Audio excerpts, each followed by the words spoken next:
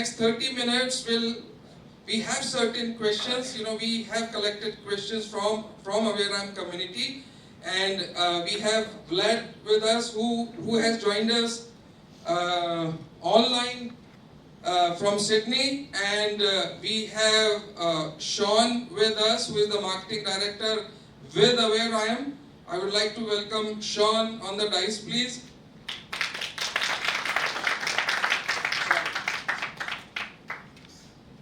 All right, and we have two moderators. Uyanga, please come to the dais. Yes. And Ashu, please come to the dais.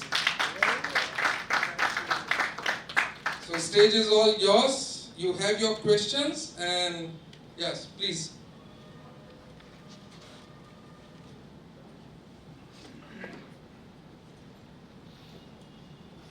So hello everyone. Thanks Vlad for joining us, and we're looking forward to hearing from you on awareim stuff. So there are a couple of questions, or I won't say a couple, but a few questions that we collected from the community, and I thought it would be better if both of you together can answer those. I'll throw questions to you, and hopefully we all would be enlightened with what's coming up on the roadmap in future for awareim. So before we move on to anything, so can you tell us a little bit about awareim's history, its evolutions, and what has been the key milestones in this journey? Yeah, well, we started with awareim in early 2002. Would you believe it? It's already 23 years, quite a long time. And we had our first customer. Yes, thank you. We had our first customer in late 2005, and it was quite a customer actually. It was a huge company, Cisco Systems. I think you are familiar with that. So that was a pretty good start. And what can I say? It was initially me and my partner, and my partner, business partner, he's still in the picture. And since then, since 2005, we have been developing the product as much as we possibly could. From version to version, starting with version 2 point something, and now we are up to version 10. Adding new features, adding new customers. So it was quite an exciting journey. And yeah, we became profitable probably around 2008. And since then we have remained profitable, which is a good achievement.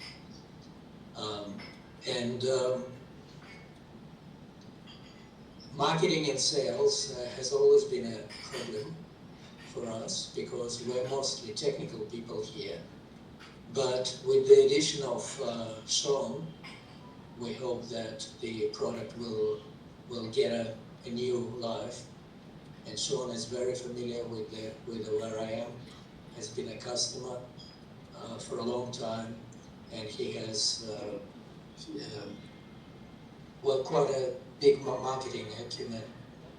So yeah, we hope that with his addition we can further improve sales and marketing of the product. Our customer base has grown quite dramatically, and we have a lot of customers all over the world, and we have awareim-based systems running on many installations on many servers around the world. We're probably not aware of all the installations of awareim, because our customers sometimes do not tell us what they do for various reasons. Anyway, that's probably a short overview, and yeah, if you have any questions about that, feel free. Thank you, Fred. Our next question would be, how do you position awareim against new age competitors like OutSystems, Mendix or Retool? Or are they even your competition? That's a, Sure. I'll jump in with that one. That's a great question. I spent a lot of time researching before I became an Aware customer and looked at a lot of different products. And the low code to no code continuum is quite long, and there are various companies along that continuum.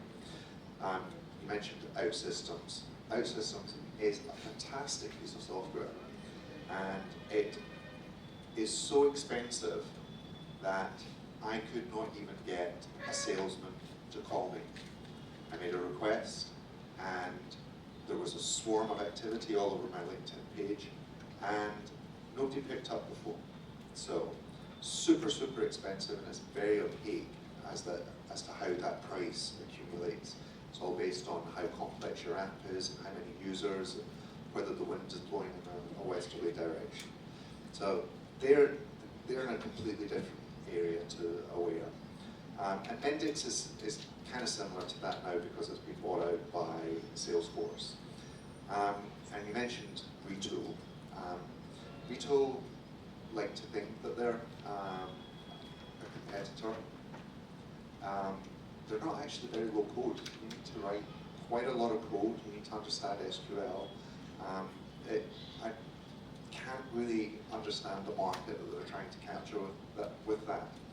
And then you get to the complete other end, where you've got companies like Bubble that are very glossy and nice to use on the web for 5 minutes until you try and do something complicated. And then they change the pricing model again, and they're now as complicated as OutSystems to work out what their pricing is. So we're not really competing with those companies. The product that we're offering is, I know everybody in here has done a lot of product research, and Quadrant himself is constantly scanning the horizon, and there isn't actually something that provides the level of functionality that Aware does straight out of the box, and for such a good price. And that's one of the areas that Aware has perhaps handicapped itself a little bit over the last 10 to 15 years. If you go and have a look at the Wayback Machine, Vlad has not increased his prices up until very recently over that time. So I think we're in quite a different niche to those companies, but we also have to be aware of the massive explosion in the low-code environment that's going on at the moment. And there's lots of things like Coda, which provide you with okay stuff, but you couldn't build an app on it, you couldn't build a product to sell to someone. And a lot of these companies are going to go away in the short term. They're funded by venture capitals. Venture capitalists, as you all know, want a pound of flesh, and they want an exit strategy very quickly, and the market is too crowded for that to successfully happen. As Vlad said in his opening, AwareSoft has been profitable from the start.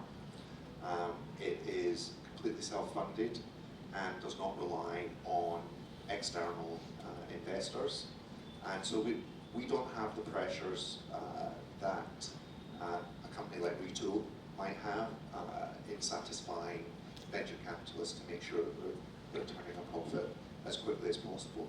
So the risk associated with those companies is that you buy into it, you think it's all great, and the venture capitalists pull the rug from under it, and then you've got an app hosted on somebody's server that you can't download the code for, that you can't migrate away from, or we saw with Bubble in the last couple of years, the prices become astronomical, confusing, and then you can't actually compete with your product based on somebody else's product.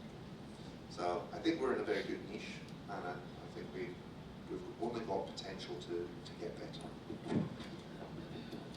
Yeah, I can just make one other comment too, is that, and we all know here how much of a wonderful product awareim is, in its longevity and its scope, breadth, and what we're able to do with it. But I think there's one really, really important factor that needs to be stated, and certainly from my perspective, I would dare to suggest that the support that Vlad and Awaresoft give us as developers is unrivaled in any product in the entire world ever. Some of the experiences I've had with Vlad, we'll find a bug. Thanks, Mark. It's true, and there's been numerous times where we're stuck, we found a bug, we think it's a bug, got on the line to Vlad, send him an email with, I think this is a bug, it's a problem, and that might be 10 o'clock in the morning, by 1 o'clock in the afternoon we've got a new build that's fixed. That's just unheard of anywhere in the world, you just wouldn't get it, right? And the other thing that's really important is that, as far as I'm aware, Vlad and Awaresoft is the only tool development product that's actually got a developer focus rather than an end user corporate focus. And at the end of the day, we're the ones that are developing the apps for end users. It's not Awaresoft, it's not Vlad, we're doing that. So we need the support to continue to be able to do that, and that's what we get. And the reality is, everyone in this room, at some point in time, has been able to provide Vlad some input, which has driven the direction of the product the way we want it to go to a certain extent. And those factors, I don't think there's another tool, and don't worry about low code, no code, whatever. Any software product in the world can provide that together. Possible. So to you, Vlad, hats off to you, mate. Keep it up. Thanks, Mark. Thank you. I'll send my list. It's a lot. I'll send my We wish love list. a lot of customers that to you. I'll send my wish list straight after this.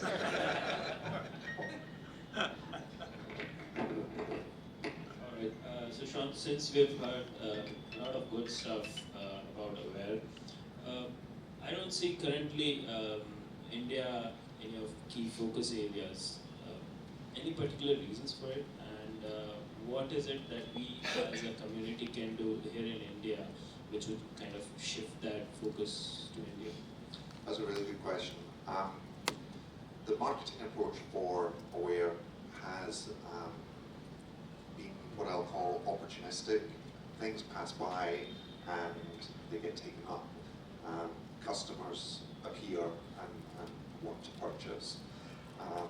As a consequence of that, we have not, up until now, the effort has not been as proactive as it could be. We're now looking at where our main customers are sitting. We have a big exercise going on at the moment to really extract information from the data that we have and understand what our key markets and key segments are. I don't have the numbers to hand, but I do know that India has not got as big a representation as it should have. We also have to be very mindful that we are a small organisation and I cannot be everywhere all the time. And for me to sell into every market would require that I don't sleep. And I quite like my bed, so that's not really workable. We are open to working with resellers, as we do in Europe, and we can look at other opportunities.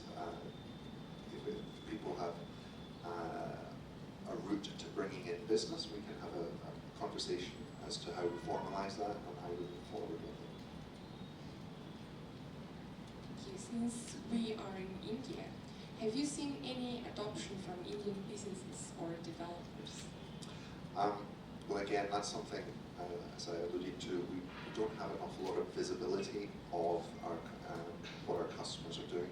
As Vlad mentioned in his introduction, we have a lot of customers who come, buy a license, build whatever it is that they were needed to fix the problem they were facing, and then we never hear from them again, unfortunately. So we need to work on better outreach, better customer segmentation, and understanding the demographics within the customer base that we have. To that end, you know, it would be really useful if you could provide us with information about your own business. We're really interested in the size of the business that you've got in terms of manpower, in terms of how many customers you're servicing, and what kind of industries you're working with. When I get back to Australia, one of the things I would be looking at is what kind of survey we can put out to canvass that information from our customer base. But we're kind of blessed and we're cursed with having a good product, because we have people who lurk on the forum and they pick up pieces of information and they don't complain and they don't ask for anything, and you know, it's very difficult to know what's upsetting them. Obviously nothing, or they're too shy, I don't know.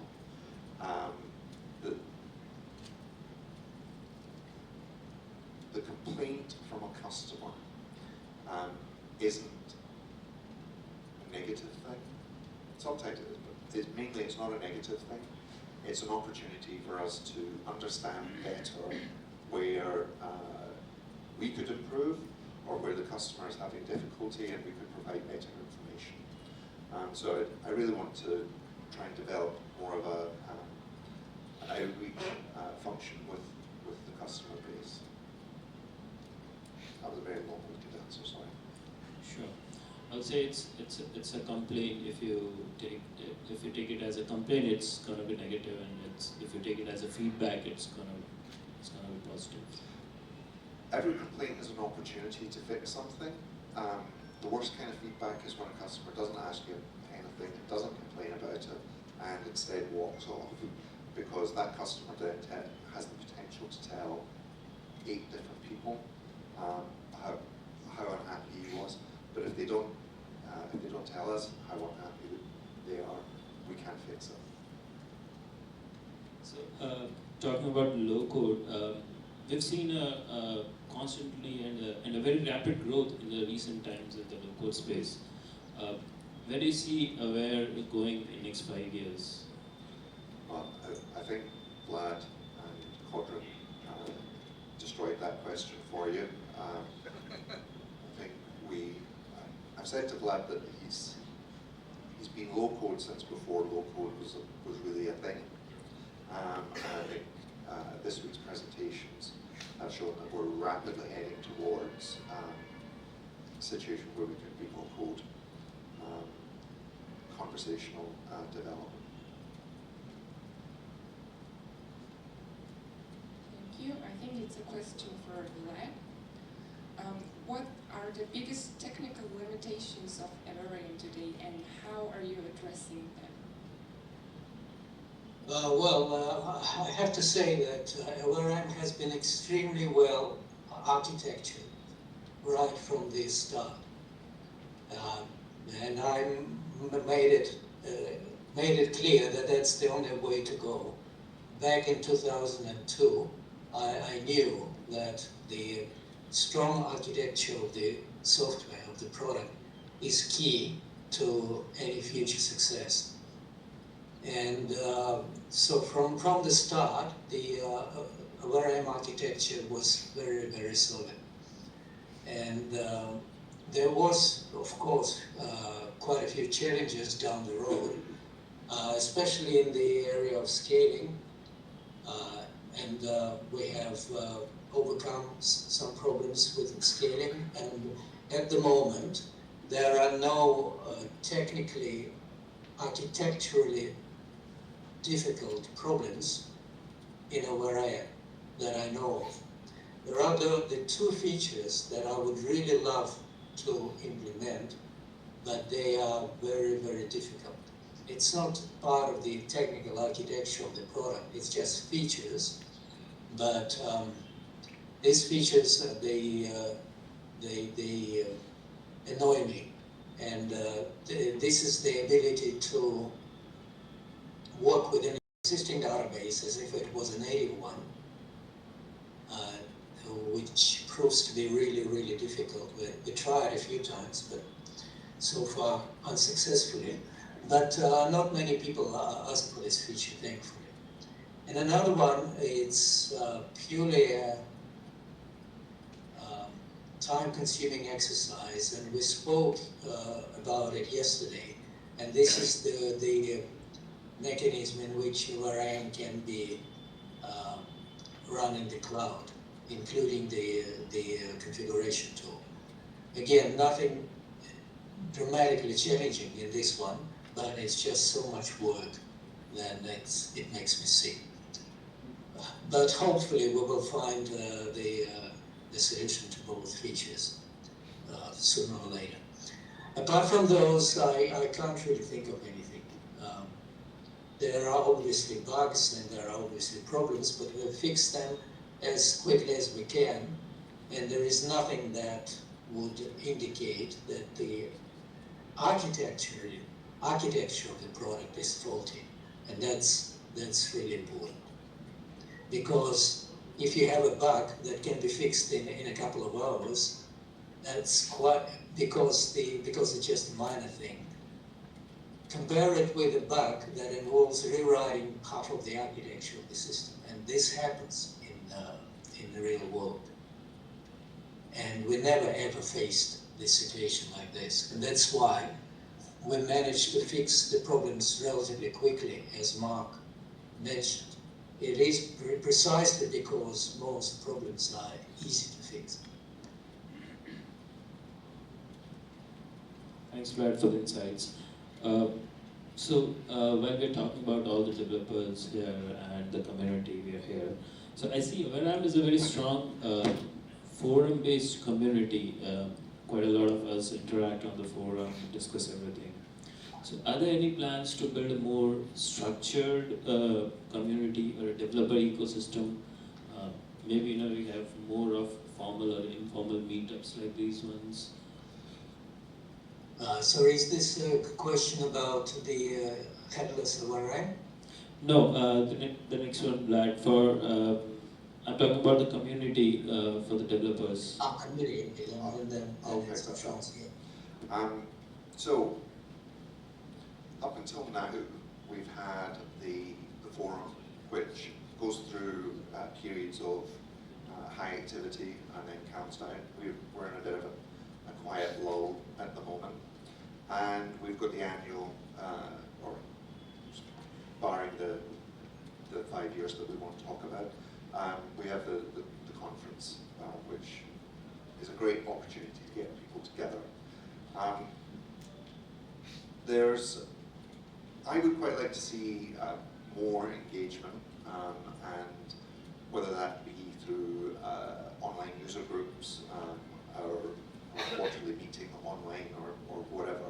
But I also would like feedback from the developer community, because there's no point in me thinking that something might be a good idea and spending a lot of time to do it if nobody is particularly interested in that. We're very open to hearing from you guys. If there are things that you think would be useful, we can look at trying to implement those and build up support for it. But all community requires a lot of work to get it there. We've spent a lot of the quiet time with the forum in the last couple of months modernizing it. People have complained about that for years on end. So we've finally got something that's in this century and gives us lots of opportunities to tie that into the back end. So the wish list, it's my intention to get that directly linking into our product roadmap so that we can receive suggestions and pass that back into the back office and make assessments on priority and effort, and is this something that we want to pursue? Because previously Vlad works super hard to assist you guys and doesn't always have time to sit and read hundreds and hundreds of comments on the forum. So trying to get it into a situation where it's built into the workflow would be great. To that end, things on the wish list, please go and thumbs up them. That gives us an instant metric that we didn't have before. Sean, I have a quick question for Vlad. It's Brett. We've had experience, and I want to circle back a little bit to running the config tool in the cloud as a web app. We have had quite a bit of experience in virtualizing desktop applications very successfully, running in products, most recently in Cameo, a partner of Google. Have you considered that path? There's a lot of questions around.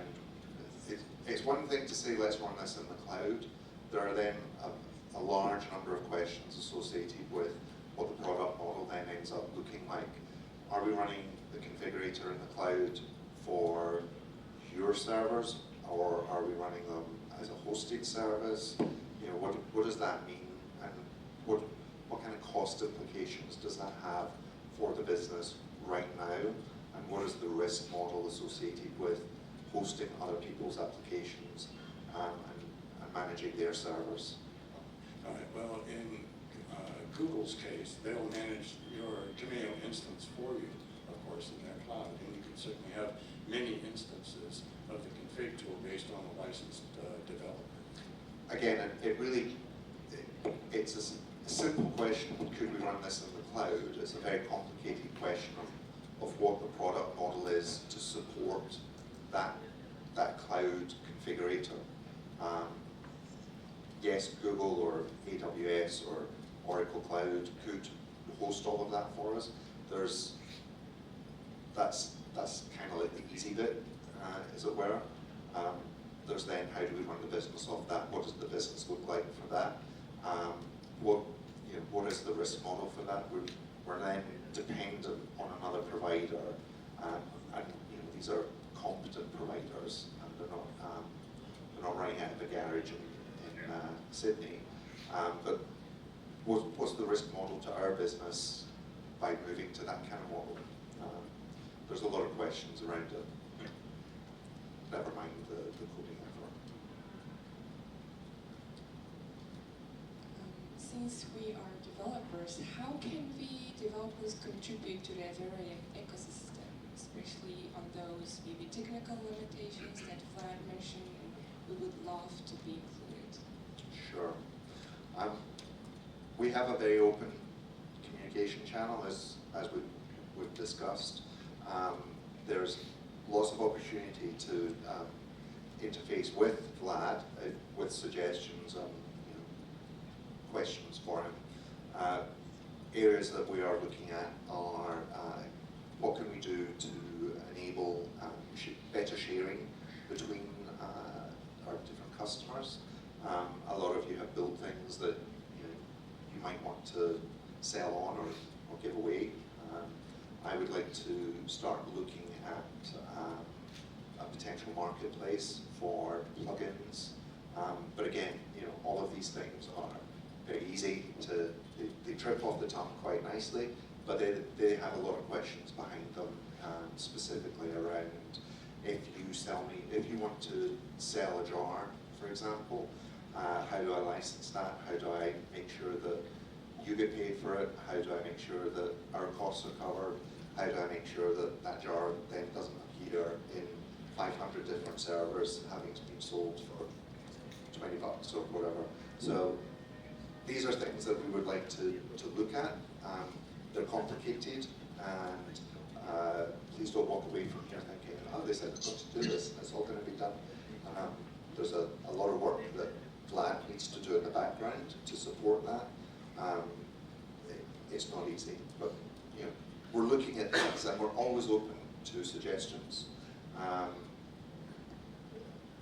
we're not afraid to say yes. I think we're also not afraid to say no.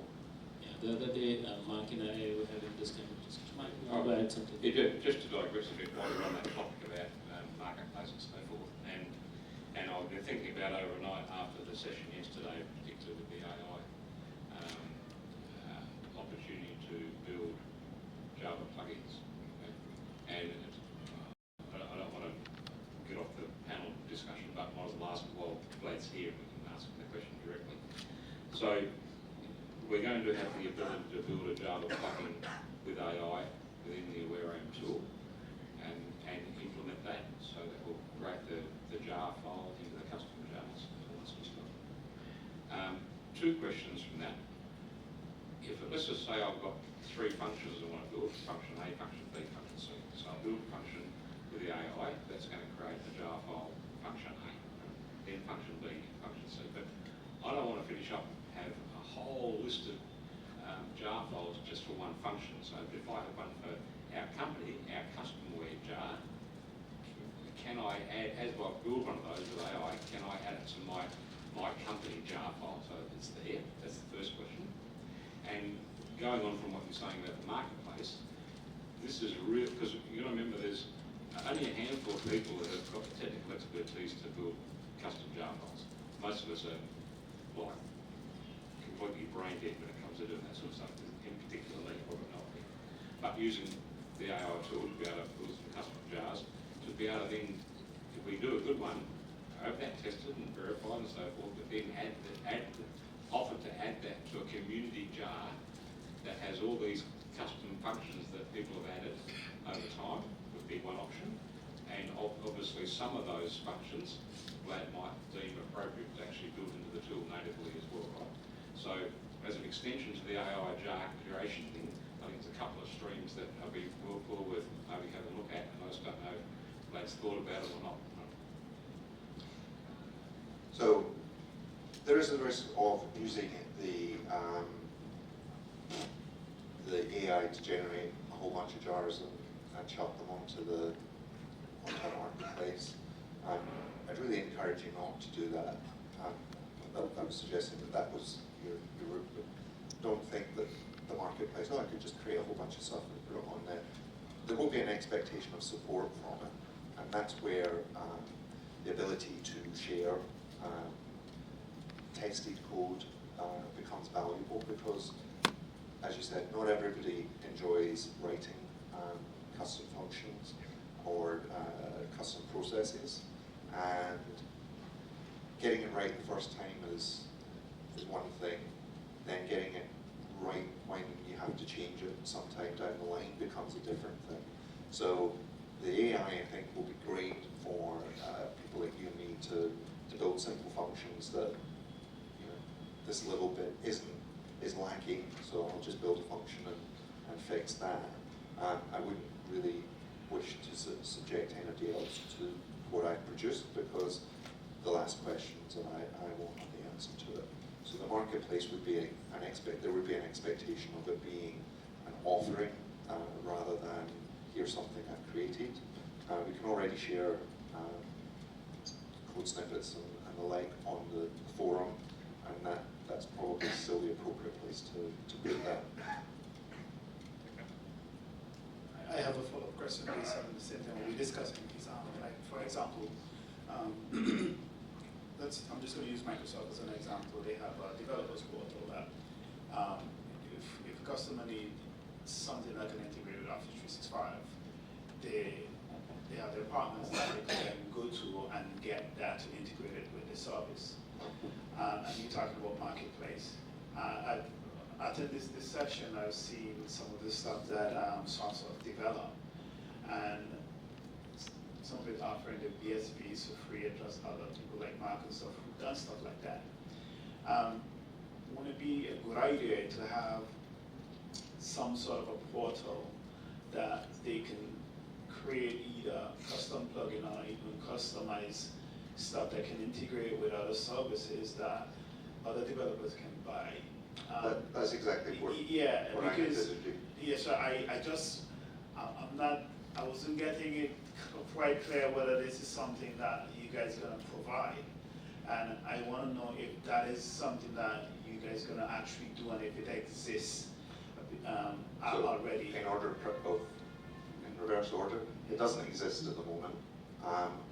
We are not committing to do it. We're committing to look at what we can do. There's absolutely no point in us providing a portal that we can't provide some return revenue for you guys, that we can't afford to run. So there's a lot of questions that we need to flesh out. So there's a concept of the platform effect, and if anybody's familiar with that, one telephone on its own is useless. Two telephones has limited use. Everybody in the world having a telephone, that becomes incredibly powerful, and then suddenly the telephone network becomes important. The challenge that we face, coming back to the competitor question, the challenge that we face is that companies like OutSystems and Mendix provide a lot of these add-ins that you've mentioned yourself. And a prospective customer coming to our website can see that we offer a product and that there's a forum, but then there doesn't seem to be an awful lot of purchasable support beyond that. So that's the strategic focus behind looking at developing a marketplace. It makes the product look a bit more attractive to new customers, and it provides functionality for developers to, I need something nicely canned to use Open Maps instead of Google Maps, as an example. So that's the two-way benefit that we see from that. This is almost like an add-on to that. And since you cannot provide that, then can you then provide more or less like a developer database, in a sense, or directory? And this is a good way for you guys to track who's using the product, right? That people can then use and search. Let's say, I need someone to create something customized for me. I want to know if there's anyone out there that done this, etc. Besides going to the forum, if you cannot provide a marketplace, but more as like a developer's directory of people who's using awareim, and I'm sure those information can be used like when you're having developers conference and stuff to even get more people to come.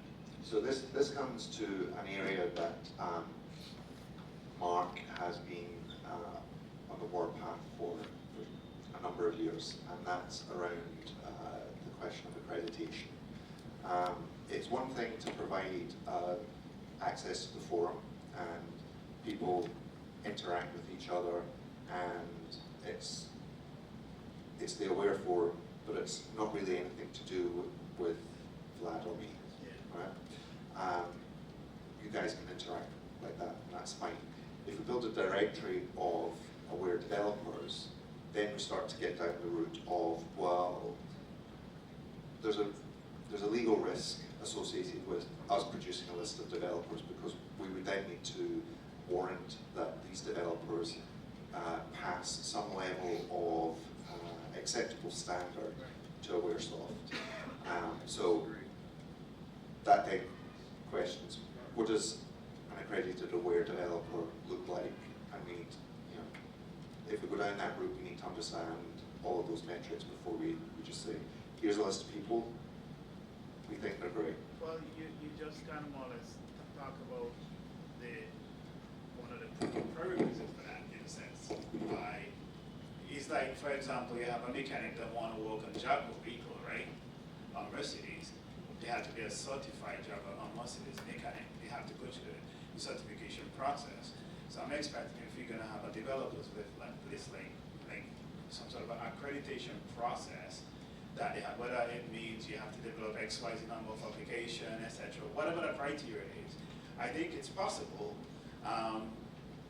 where you could just build that into it. There's a lot of developers that could even help build up some sort of a test or some sort of examination stuff that could even contribute to help with those sort of stuff, but I don't think it's impossible. Oh no, absolutely not. None of these things are impossible. We're only limited at the moment by the amount of manpower that we have to develop all of these things. Each of these things on their own isn't hugely complex, but we need to prioritize them and then understand which we can do quickly and which we can do effectively. With regard to a list of developers and accreditation, first of all, I agree. If you get into the accreditation business, you're going to have product liability associated with that. That's to be avoided at all costs. A simple list of developers and their domain expertise is all that's needed. That's all that's needed. Yeah, look, the new forum.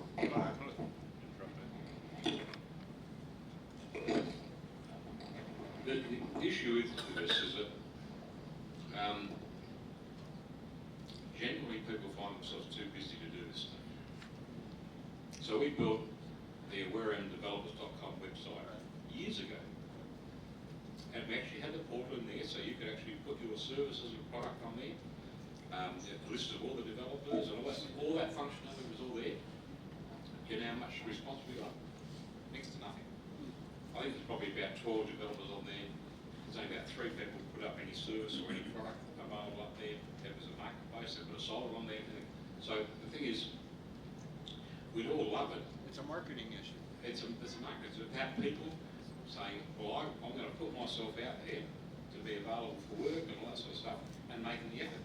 But sometimes it's too hard, or they don't have time. I mean, it's a chicken and egg situation. The bigger we grow the customer base, the more people that there are available, and by a process of fractions, the more likely things will happen.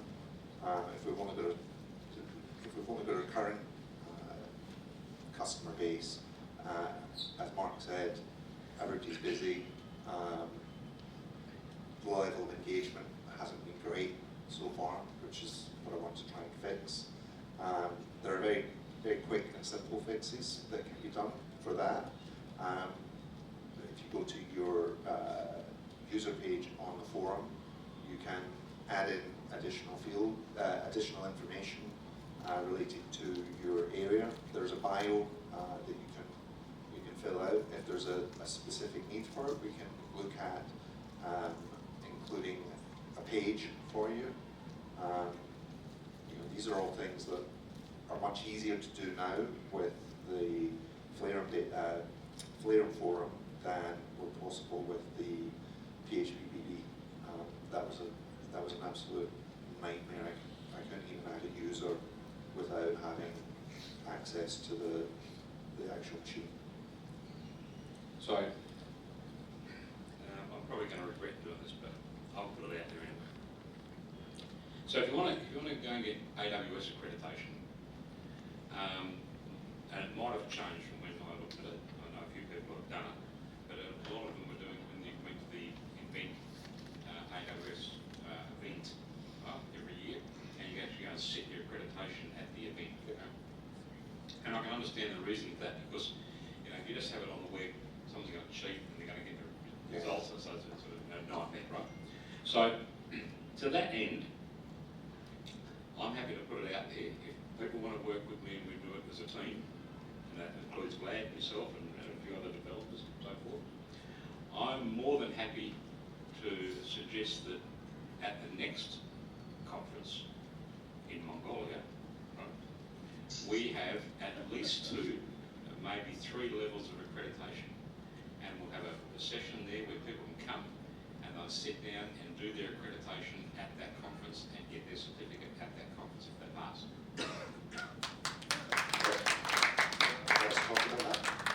Let's talk about that. We can explore it, see where it goes. I think it'll be worthwhile. It'll be a secure testing procedure, and everyone would know Vlad will be there for sure. You'll be there for sure. I'm sure a lot of people will be there, and I think a lot of young developers too, when they think they can get accreditation or something, it sparks their interest too, right? They like to have stuff on their CV. So, I'll put it out there. Let's explore it.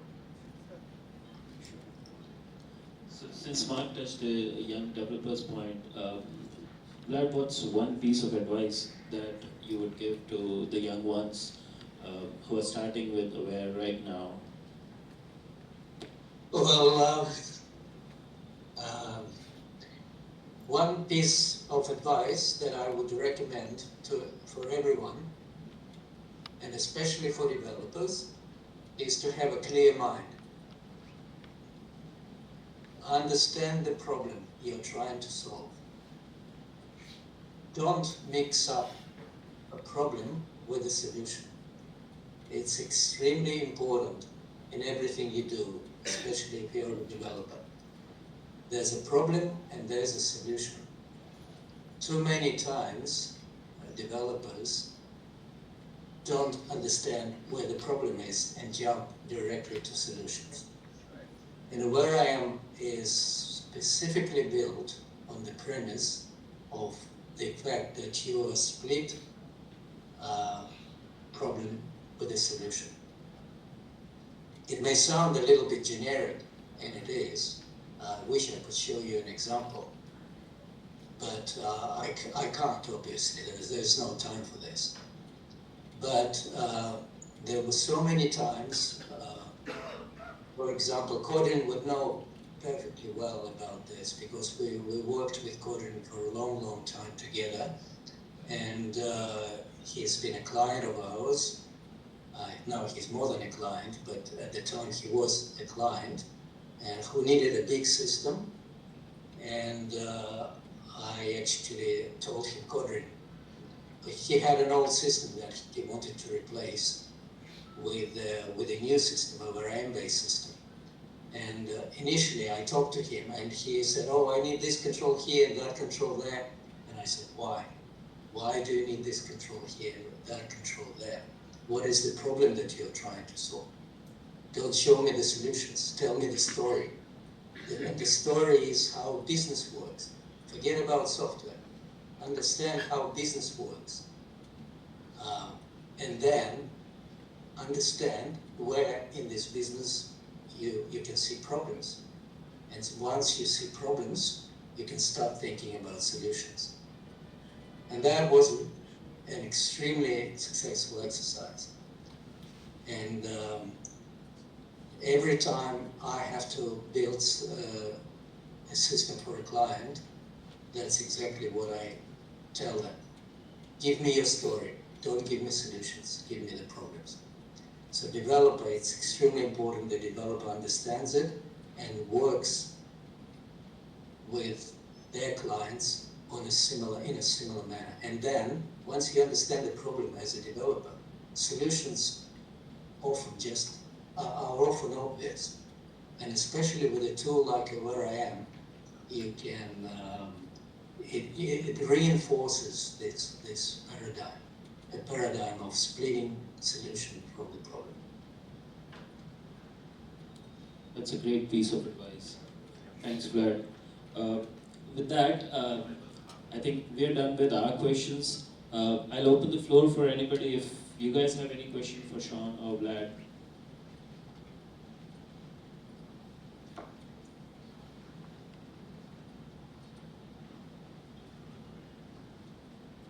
Anyone? Yeah, Manoj. I have a question actually. I want to make a request, and I really want to utilize this opportunity. So, as a business owner, and it's about AwareIM Forum, okay? As a business owner, I have many team members who are working with me. So, can we please have multiple users for one license on forum? Because what happens is, like, if I register myself, it is only my ID on the forum, but my 20 guys do not have that access, right? And if I'm not around, they're not able to access the forum, they are not able to pose the questions. So rather than one organization or one license and one login ID, if you can create a structure where, that company, like your client, can create multiple users and, who can access the forum, that would be wonderful. Because it's been 20 years, we have been using forum, but like we are not very active just because everyone in my team is dependent on me. Sorry, before you answer that, just to add to it, any particular reason why the forum can't be open to public? Like everybody can register, maybe post their questions or suggestions or anything. So to answer the first question, I wasn't aware that that was the policy, that there was only one forum user per license. I don't see any reason why there shouldn't be. I don't see why everyone who is using Aware shouldn't have a forum login. And now it's very, very easy for users to be created. To come to your second question, why isn't it open registration on the forum? It's a historic thing, and it's because we then have to moderate for spam and all the rest that comes with that, which sullies the forum and makes it more difficult for you guys to use, and also places a moderation overhead on our site. So probably still will not move towards open registration, but we have a whole lot more opportunities for how we invite people onto the forum. But if you give me a list of email addresses and usernames, then I don't see why we can't just get those added. Vlad, do you have any objection to that? No. Right. Yeah, makes sense. As far as I'm concerned, the more people that are on the forum, the better, because it makes it a valuable resource. And you know, I spent a lot of time looking at the forum and how it's being used and the extra tools that we need to achieve things. I think we've now got a platform that is really flexible. We have the ability to do lots of stuff with it, and I really want you guys to use it. If I'm perfectly honest, I'm a little bit disappointed because I got all excited about it and fixed it all up and put it out there, and there wasn't much response. I can tell you the reason why. Thank you very much, Sean. So this new forum is fantastic. I mean, Sean did quite a bit of work there, so I mean, it has so many features, so many possibilities. I really encourage you to explore it. Yeah. So my request on this is, like a license holder should have that right to create his users, because like I can give you 20 email IDs, right? And if that person leaves, or you know there is something shitty happening, right? Like anyone can post anything. I as license owner, you know, should be able to control that, like, you know, who are all the users who have access, rather than I'm giving you 20 open emails. They have access, that's all right, but like, you know, it has to be a controlled way. That's my request. Sure. So I'll give you a little bit of background as to the solution that we've implemented. We've chosen Flare for a variety of reasons. It's got a nice clean interface, but also it's a very, very simple piece of code that then relies on plugins and extensions to work, which means it's incredibly powerful. What you're asking for, I don't know if the plugins that we've got at the moment would support that. I need to go and have a look at it. There is the opportunity that if that piece of functionality doesn't exist, if anybody's a PHP programmer, come and talk to me. I'll put you to work on building our own plugin to manage that. There's lots of things that we can look at, whether that's groups or invitations. We'll have a look at. Forum is really a Wikipedia, right? Like we get so much information on that. So I really want to motivate my team to use that because everyone needs some points, right? Yeah. And another key piece of functionality within that forum is the best answer, which now allows you to ask a question, receive a multitude of answers to it and nominate one answer as the best solution. And if I encourage you to be quite methodical when you ask a question, to come back and acknowledge the best question, because it helps the search.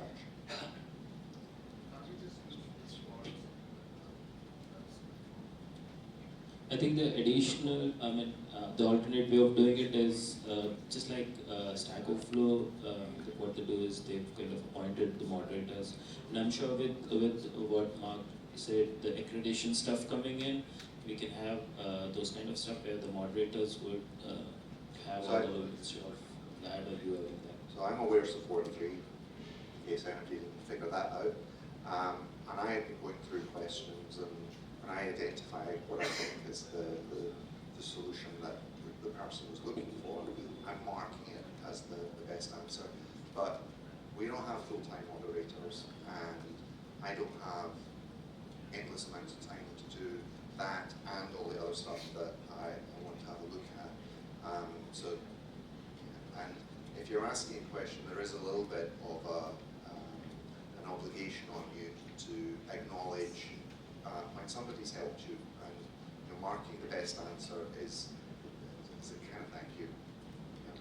So just a quick one, Sean, you mentioned about that we just brought up people weren't as excited as you about the new forum. So look, from my perspective, and purely in my opinion, is it looks great and obviously much more powerful than we've had in the past. But for me personally at the moment, I just really haven't had the time to go in there and learn how to navigate it easily and so forth. I was so used to the old one for so many years, it's going to take some time to really get into it and use it to its best ability. So would it be helpful if I, in the show and tell this afternoon, if I think we're going to 20 minutes just going through what the forum looks like now, how to get into it. I think that'd be terrific. There is a little bit of a paradigm shift in that it's no longer board focused, it's now tag focused, which I think makes finding things a little bit more easy. Yeah, that'd be great. I have one last question. This is probably more for you and Vlad, anyone if you could answer it. It's more around documentation. I'm not talking about documentation on the whole entire awareim solution, but more around the advanced capabilities. Like, for example, if I need to integrate single sign-on, I need to create some sort of API, a REST API configuration. I find the documentation in terms of how to implement those real advanced function where you want to integrate with external sources, it's completely limited. And even sometimes just even bringing information from those external sources that we have to do it on their end as well will even be useful. And I find that's one of the biggest challenges I have. Like, I noticed that we can do integration with Active Directory, but there's nothing about how to actually configure awareim for it. Even if it needs a plugin, that's not even mentioned to say, okay, you will need a custom plugin and this is how to create a plugin to do that. Is there any, will that be changing soon, or is there anything going to work? So the forum was my second modernization project. My first was a labor of love for Vlad, and that was the DocuWiki, which was a migration from a lot of PDFs into the online help. That exercise took quite a while and uncovered quite a lot of things that weren't consistent, because when you create a link in a Word document and it disappears, the error message is very different to when you try and create links to non-existent wiki pages. So we did clean up a lot of the documentation then. A lot of the documentation is quite old because, as Vlad said, the product is coming on for 25 years old, and some of those functions would have been written at the time and then moved on from. We acknowledge that there are some things that could have better examples, across things that you don't feel are explained sufficiently, and raise them in form and mark them as documentation issues, because the challenge is to reassess the documentation from scratch. Start at page 1 and go all the way through is massively time consuming, and the problem is, as you will know, when you're writing your own applications, you're very, very close to it, and you type things as help and they make sense to you, and it's not until someone says, well, what does this actually mean, that you realise, I was too myopic when I wrote that, and I actually need to step back from this and go to first principles and work out the steps. So Vlad has a huge workload he doesn't just code all of this, he then updates all the documentation, and then he does his most favourite activity ever, and that's create YouTube videos. Don't you love those? That's your favourite thing? You will notice the sarcasm dripping from me at the moment. So, everyone's human, and sometimes the documentation isn't very pointed out, and we'll have a look at fixing that. Yeah, I wasn't necessarily. And don't forget that we have a awareim assistant now. This guy knows everything about the configuration tool and more.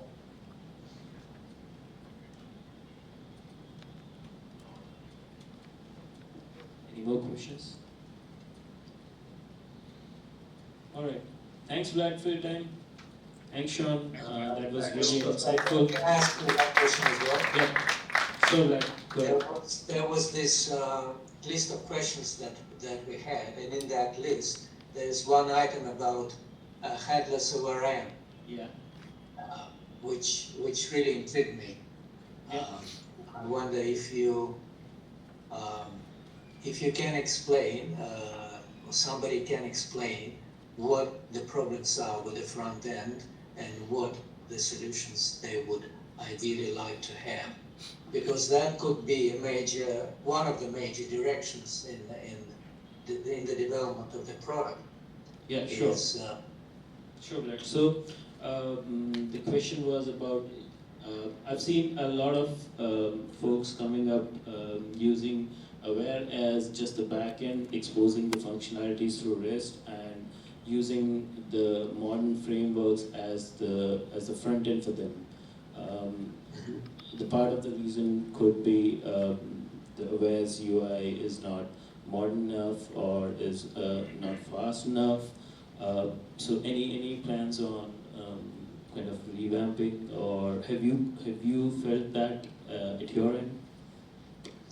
well, I would very much like to have a session with those people who are behind the question, because I want to get as much information from them as possible, not because I'm offended by them, no. The idea is that we have some ideas, but we would very much like to hear what the end users, you, think about that, because the solution to this could be, we could replace the library, the UI library behind it, if the library is a problem, or we could make it a more template-based approach, where you can choose from the range of templates, UI templates, to work with, and so on and so forth. But I confess that I do not really see the problem the way you see it. That's why it's so important that I understand what you have in mind. If someone could write it all out and identify what the problems are without solutions, like I said, it would be tremendously helpful. I have a quick observation that I could share with you. We have done a great deal of work using React code generation front end, and have very successfully interfaced it with Aware on the back end. Why are we doing that? Aware's current UI is more what I call a transactional line of business system, where you have some data entry in a screen, some process happens, some report results. Users today are being drawn into more of a modern consumer-type web interface, which draws them in as users. An example for us, and we have successfully concluded, is a rewrite of our manufacturing shop floor MES system, where all of the transactions happen automatically as a result of user interaction with a React drag and drop interface. What does that mean? It means that they did not have to type in, I am Britt, I am working on work order 123, and I started at this date and time. They didn't have to type that in.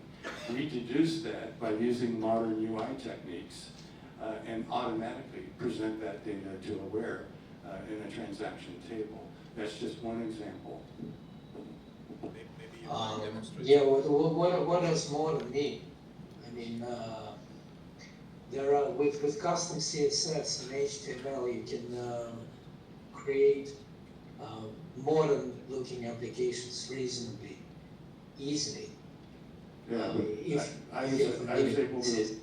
was able to accomplish a complicated front end in 4 hours flat. 4 hours. And I still get the data results I need for the transactions on the back end without having to type anything. It might be useful if we could do a Zoom call with you and see what it is you're... More than happy to contribute. That would be, Yeah, is it Brit? It's you, Brit? Yes, it is. Yeah, well, because I can't see who's talking. Brit, if I could somehow get all your ideas, if you could maybe write it all up in a document or an email, that would be tremendously useful. What the problems you had, how you solved them in React, and so on and so on. Maybe some screenshots that would help. It's not a problem, it's a paradigm shift for the user interface. Yeah, so Brit would be extremely, I would be extremely grateful if you could send me your thoughts and your experience. Hi Vlad, Vlad, this is Manoj. On this subject about headless API, I would like to bring it to the table, and I'm not expecting any answer or anything. I'll just bring the problem, okay? So what feedback we have received is, like, we have one of our prime customer here who is one of the sponsor of this this conference, Jeff. Jeff is CEO and president of In Unison. Okay, so he does not know much about Aware other than paying for license and anything, right? And like Jeff, you know, we have other customers who are completely dependent on us. So now what happens is, when we create applications from scratch, for the initial time, applications behave fine, fine with, you know, okay speed. But you know, when data grows, performance goes down. Okay, so and all our customers are behaving. All our customers have been reporting this. Now, what we have seen is loading up UI.